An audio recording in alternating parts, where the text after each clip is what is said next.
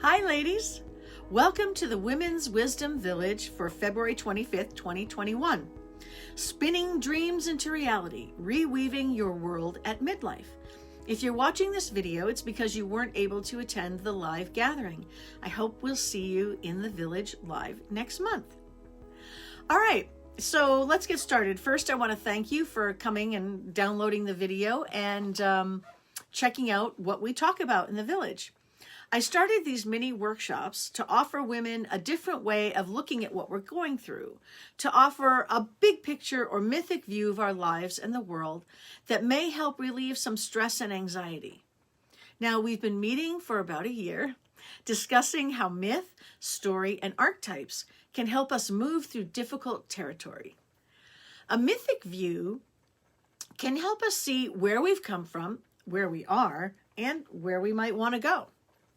It can help us see the long historical arc of human troubles, triumphs, and ultimately transformation. Myth shines a light on the common denominators of the human condition.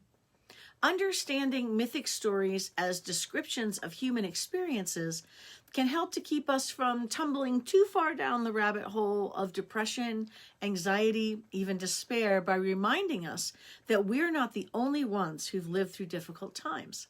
And myth shows us that, yes, even goddesses suffer.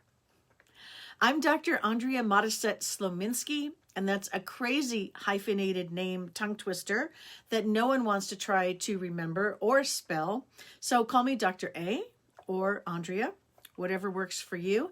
I'm just glad you've decided to come and check out the village. Once again, tonight's mini workshop is Spinning Dreams into Reality, Reweaving Your World at Midlife. Tonight, we're going to explore some mythologies around spinning and weaving. Weaving's a wonderful metaphor for the lives of women, especially at this time of our lives. During perimenopause, midlife, menopause, and on into postmenopause, we go through a major life stage transformation. As we age, some old threads are dropped and patterns are abandoned and new ones are picked up.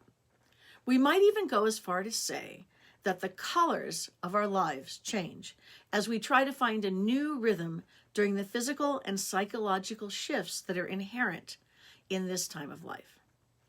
We also face changes within the daily fabric of our lives that may include empty nest, job loss, the loss of loved ones, and more. We're going to explore how spinning and weaving intersect with the stories of the three fates, the goddess Athena, and the story of Penelope. These mythological tales involve spinning, weaving, unweaving, reweaving, and cutting the threads of life. For millennia, women have been spinning fiber into cloth and weaving it into fabrics. The invention of textiles was part of the great leap forward from the Paleolithic to the New Stone Age. According to Wayland Barber, author of Women's Work, The First 20,000 Years, weaving was ideally suited to women's lives because, quote, the crafts of spinning, weaving, and sewing are repetitive, easy to pick up at any point, and reasonably child-safe, and easily done at home. In Neolithic times, all children were nursed, so it's easy to see how spinning, weaving, and sewing were compatible with nursing babies, child rearing, and food preparation, unlike running through the forest trying to carry a baby on your chest while you're chasing game. We, like the women of antiquity, are creators of new life and new ideas. Women's lives and work was and is the alchemy of transforming one thing into another.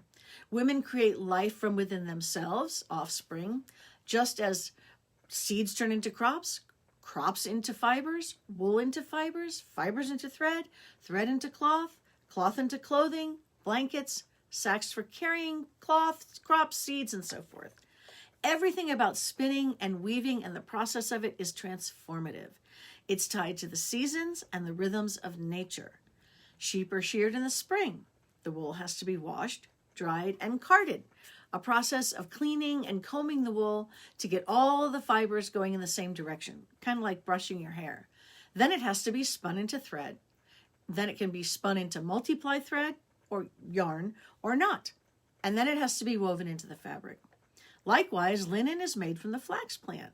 The flax seeds are planted in the spring, harvested in early to late summer, dried in sheaves, run through a rough comb of nails to remove the seeds for the next year's crop, then soaked in water to rot away the outer sheath of the plant, which is called the retting of the flax. Then the flax was laid out to dry again.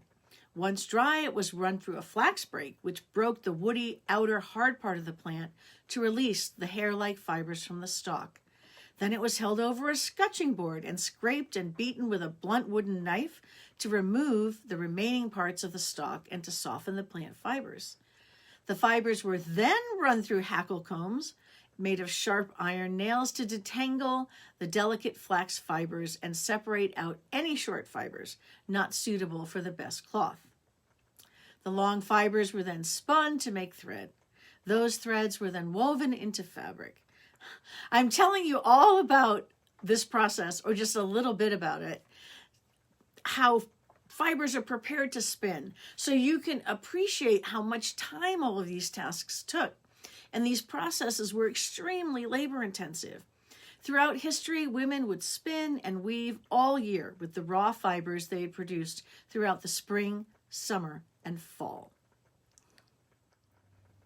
Weaving and spinning occupied much of women's time.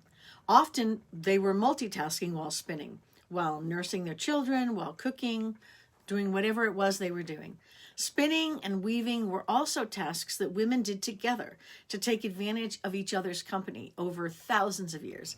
They would gather together and sing songs, tell tales, gossip, especially during the winter or the fallow seasons, when the weather and nature forced people indoors. During the dark, frozen, fallow months, spinning and weaving was constant. Flax and wool were cultivated, spun, woven, and transformed into cloth throughout the entire ancient world. Okay, let's dive into some spinning mythology. In the ancient Greek world, the goddess of the night is Nyx, and among her daughters are the Moirai, or the three fates. They're bound by their purpose to influence birth, life, and death. Their province includes the act of spinning, measuring, and cutting the thread of life for each mortal. Their powers were of such importance that their work represented the measurement of one's own fate, one's lifespan, and destiny. The three fates had so much spiritual power that even the mighty Zeus had to defer to their skills and control over the lives of the gods and the people of Greece. One of the earliest references to the Moirai is from Homer's Iliad in 800 BCE. He speaks of them as the ones who spin the thread of life for men at their birth. And in the Odyssey, there's a reference, too, to the fate of Odysseus. Quote, "But thereafter he shall suffer whatever fate that the dread spinners have spun with her thread for him at his birth, when his mother bore him." Close quote. The three fates are named Clotho, the spinner, who spun the thread of life from her distaff onto her spindle. Lachesis, she measured the thread of life allotted to each person with her measuring rod. And Atropos, the inflexible or inevitable, is the cutter of the thread. She chose the manner of each person's death, and when their time was come, she cut their life thread with her abhorred shears. In the Republic of Plato, the three Moirai sing in unison with the music of the sirens. This was the enchanted song that led sailors to run their ships aground on dangerous rocks, only to be seduced, dragged under the sea, and drowned by the sirens. Plato writes that the three fates sing with the sirens. Lachesis sings of the things that were, Clotho, the things that are, and Atropos, the things that are to be. This is beautiful imagery that we can all use to better understand our lives, our personal myth. When we look back at the patterns and the path that we've walked from our past to the present, we too can see what enchantments may have influenced us to veer off course in our lives. We can trace the thread that starts with our own birth, and we can follow it backwards to see the things that were. We can see how the past brought us to today, to the things that are, and now anticipate the song of Atropos, the things that will be. Our origins are part of our destiny, but not the only thing that guides our lives. We can spin new threads. Discovering one's personal myth can help reveal the metaphoric work of the three fates in our own lives. We are living into a new stage. The time of the regent woman is emerging. Regency is rising. The goddesses have always reflected the lives of the women, and as women's lives change, so will the goddesses. Now we can spin a new length of thread. We are the first women to have this new 20 to 30-year life stage to weave a new tapestry, fulfilling our most authentic lives and our potential, our destiny. This is a new time and a new opportunity in our lives. We are living with the influence of ancient history and ancient metaphors while simultaneously creating new ones. We're in a liminal space. We are alchemists, magicians, creating something altogether new, yet part of the same ancient cloth of the lives of women. Our lives as women are tied to the cycles of the moon, the rhythms of nature. If we work with nature and its cycles, we can use winter as our fallow time to rest. It's the time to dream and drift, to hibernate and imagine ourselves forward, preparing to plant the seeds of those treasured dreams in the spring. Women weaving and spinning are all tied to the seasons. The planting and growing of flax or the raising of sheep from lambs to adulthood all happen in their seasons too. The sheep are sheared in the spring and the flax is ready to be harvested in the fall. Our lives can seem to fall short in our dreams at times, only to have the dream or plan delayed because it's not ready to come to fruition or it's not time for harvest.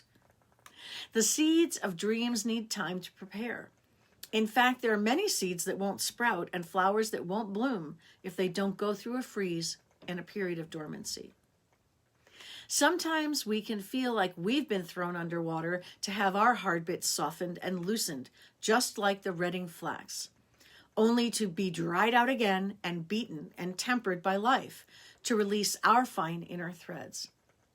The processes of our lives can be like the washing, drying, untangling, stripping, carding, and aligning of fibers for spinning.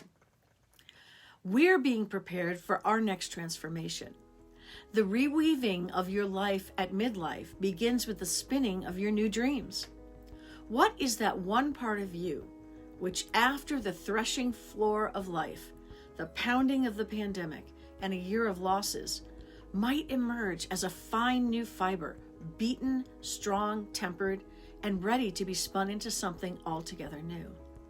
It's an alchemy within, this spinning of our new threads, this participation in the direction of our fate, our destiny, at a new time in life and in a new season of life.